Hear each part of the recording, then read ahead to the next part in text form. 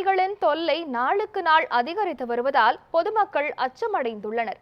இது குறித்த ஒரு செய்தி தொகுப்பை தற்போது பார்க்கலாம்.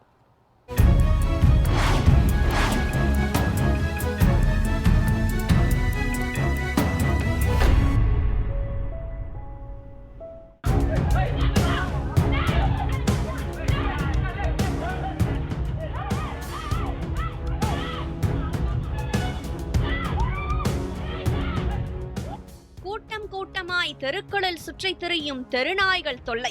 நாய்க்கடியால் அன்றாட வாழ்வை சமாளிக்க முடியாமல் போராடும் மக்கள்.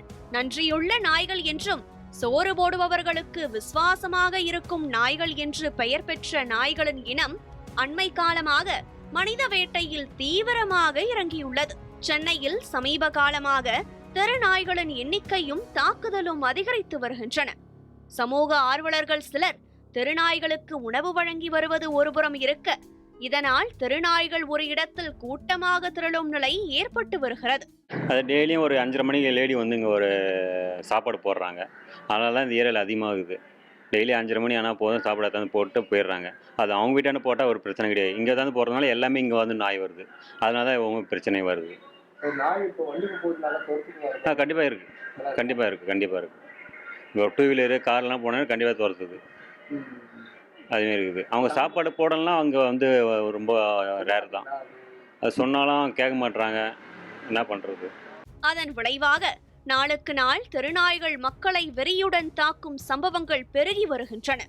கடந்த சில நாட்களில் பொதுமக்கள் நாய்க்கடியால் காயமடைந்து அரசு மருத்துவமனையில் அனுமதிக்கப்படும் நிலையும் அதிகரித்து வருகிறது.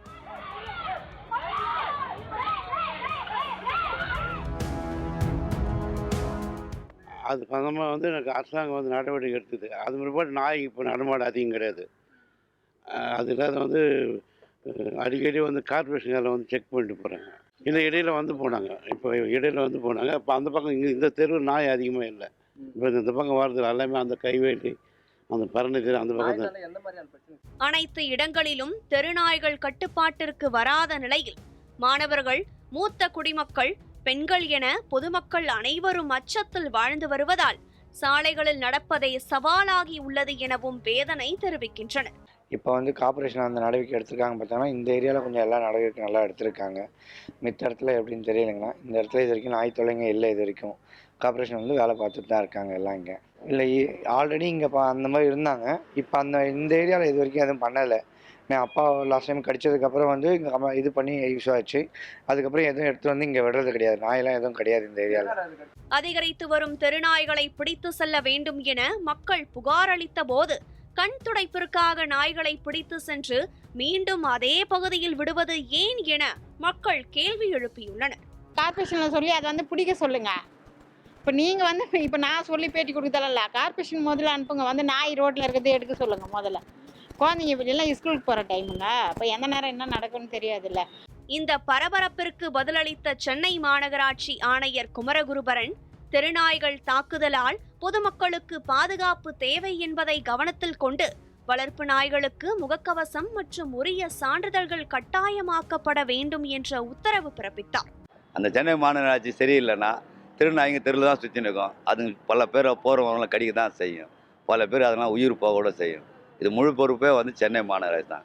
அது அரசாங்கம் தான், தமிழக முதல்வர் தான் தயவு செய்து சென்னை மாநகராட்சியை கொஞ்சம் வலுப்படுத்தி மக்களுக்கு தேவையானதை உதவி செய்யுமாறு கேட்டுக்கொள்ளும். ஒரு வார்டு ஒரு வண்டி 24 மணி நேரம் போட்டு எங்கே நாய் இருக்குதோ, அதிகபட்ச நாய் அதிகமாகனா எங்கெங்கே நாய் வண்டிக்குதோ அத்தனை நாய் வண்டிங்களும் ஒரு வார்டு ஒரு வண்டியை போடும்.